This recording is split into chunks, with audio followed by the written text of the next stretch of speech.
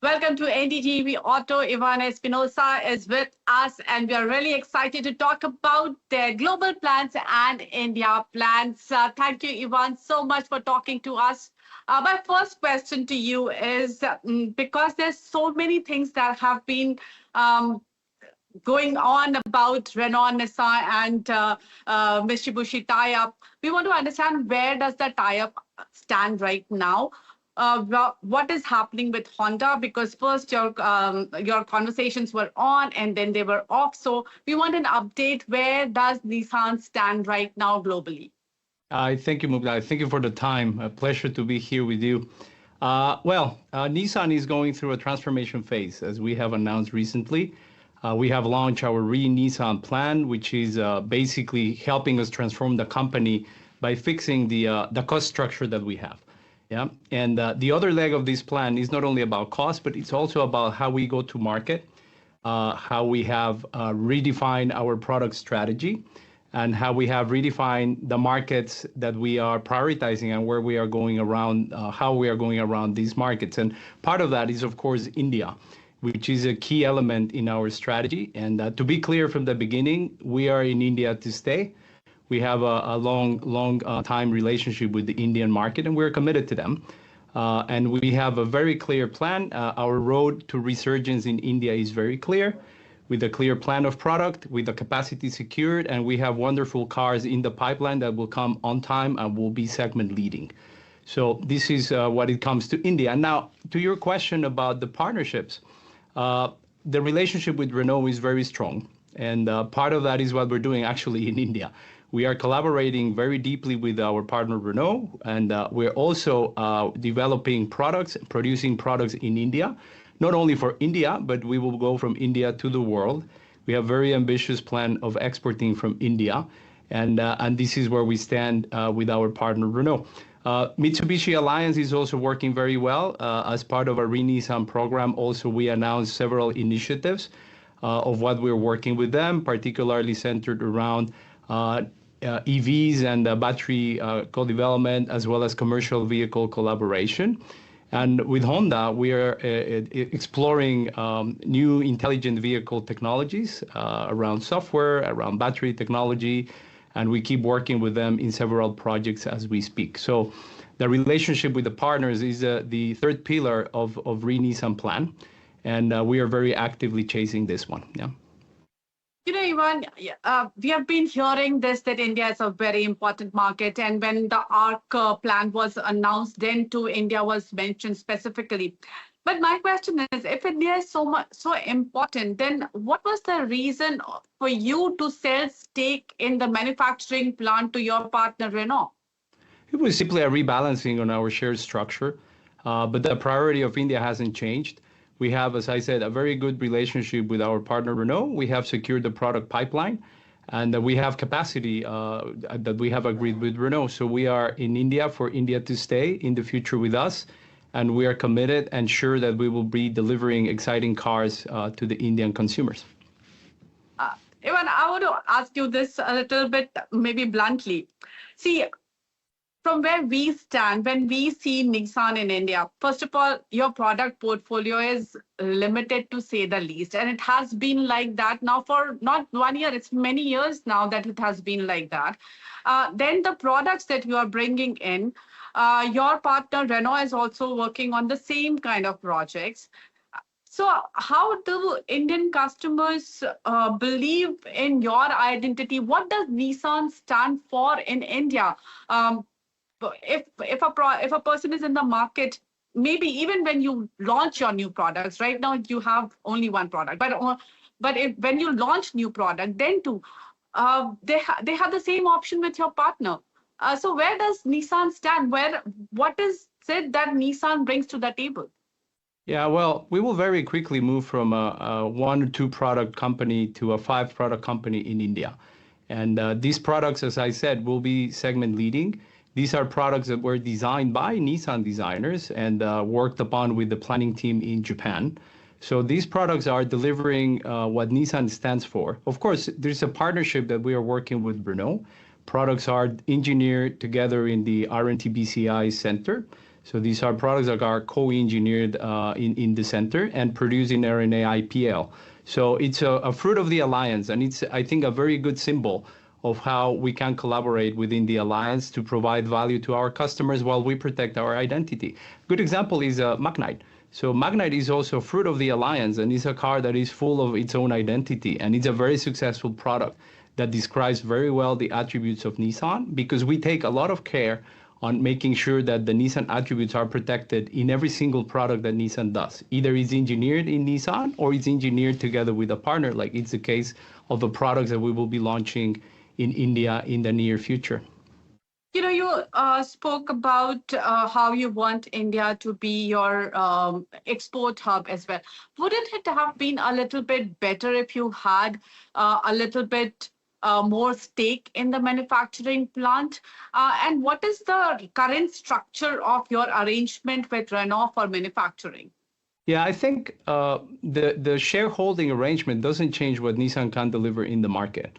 Yeah, this is just a business discussion that we're having with our partner, and it's something that is not affecting our competitiveness, our time to the market, or our capability to bring very competitive and exciting products to our customers. So this has been secured in the discussions that we have with Renault. We have enough product in the pipeline. We have the right capacity, and we are very excited to roll out these products, which, as I was saying at the beginning, are engineered by are designed by our designers in Yokohama, co-engineered in India, to bring the best of the best that we can into the Indian roads, and also to take advantage of a great competitiveness that we have in India to export to many, many markets. To give you an image of how much we will be bringing outside of India, we're targeting around 100,000 units to be exported out of India towards the end of 2026, 2027. Yeah. So it's really important. Okay. Now, tell me something. Indian market is as any other market as well, but I think Indian market is changing rapidly.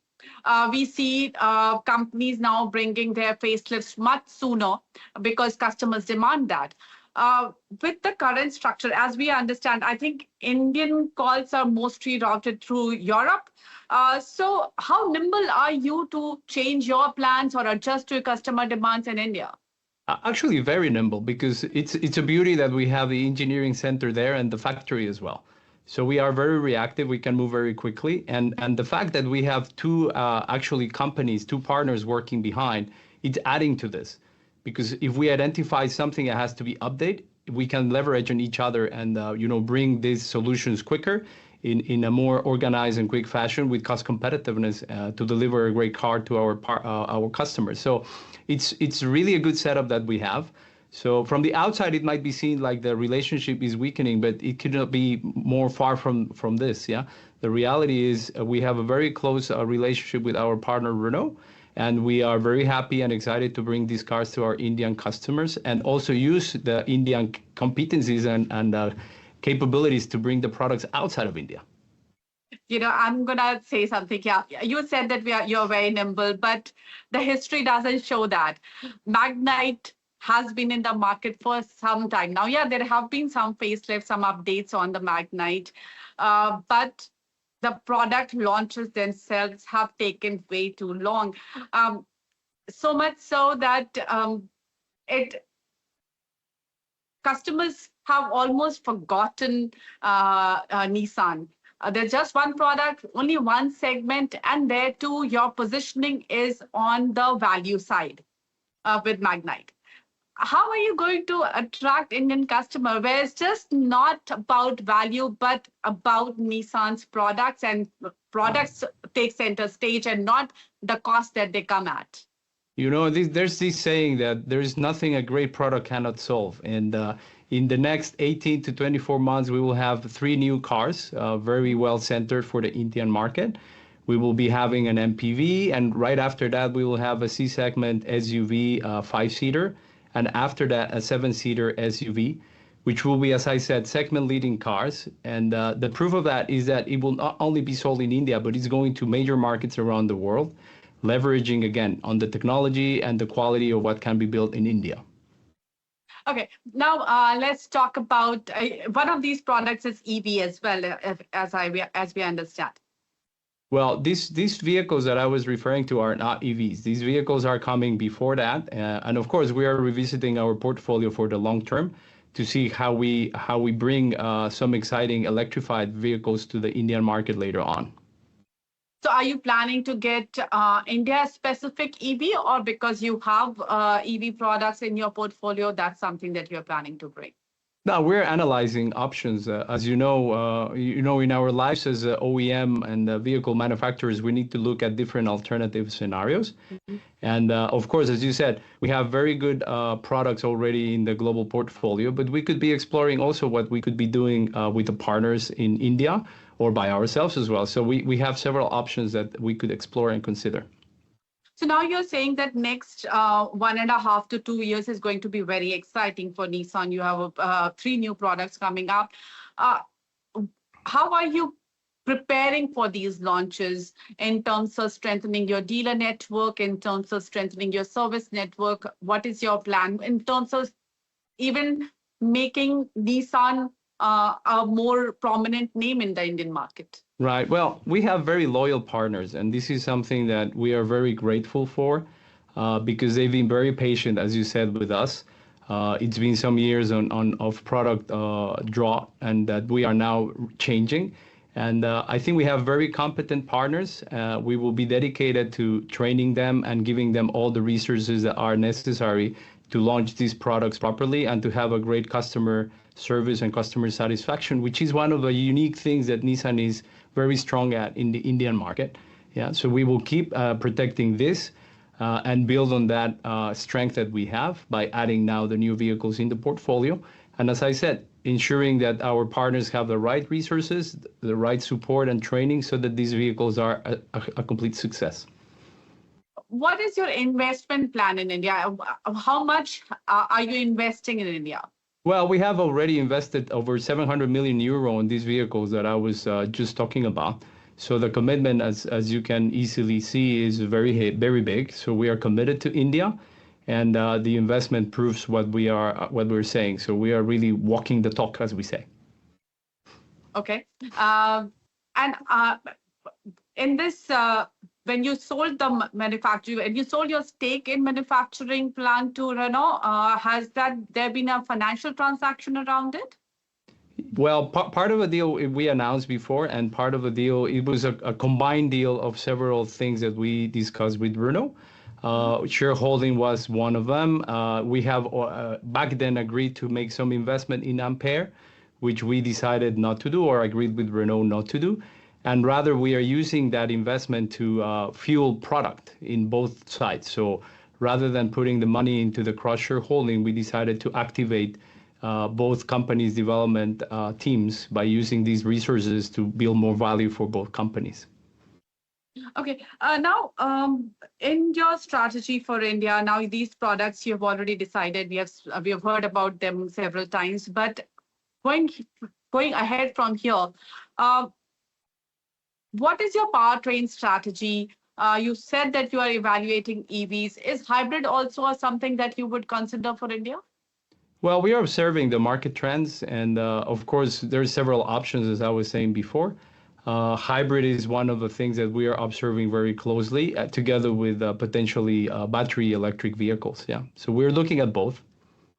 And by when do you think you need to decide? Like, what are your timelines internally for making a decision for India? What is your product strategy going to be from here on?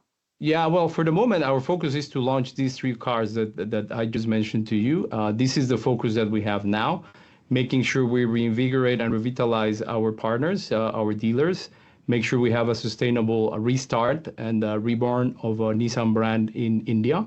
And this is what we are dedicated for at the moment.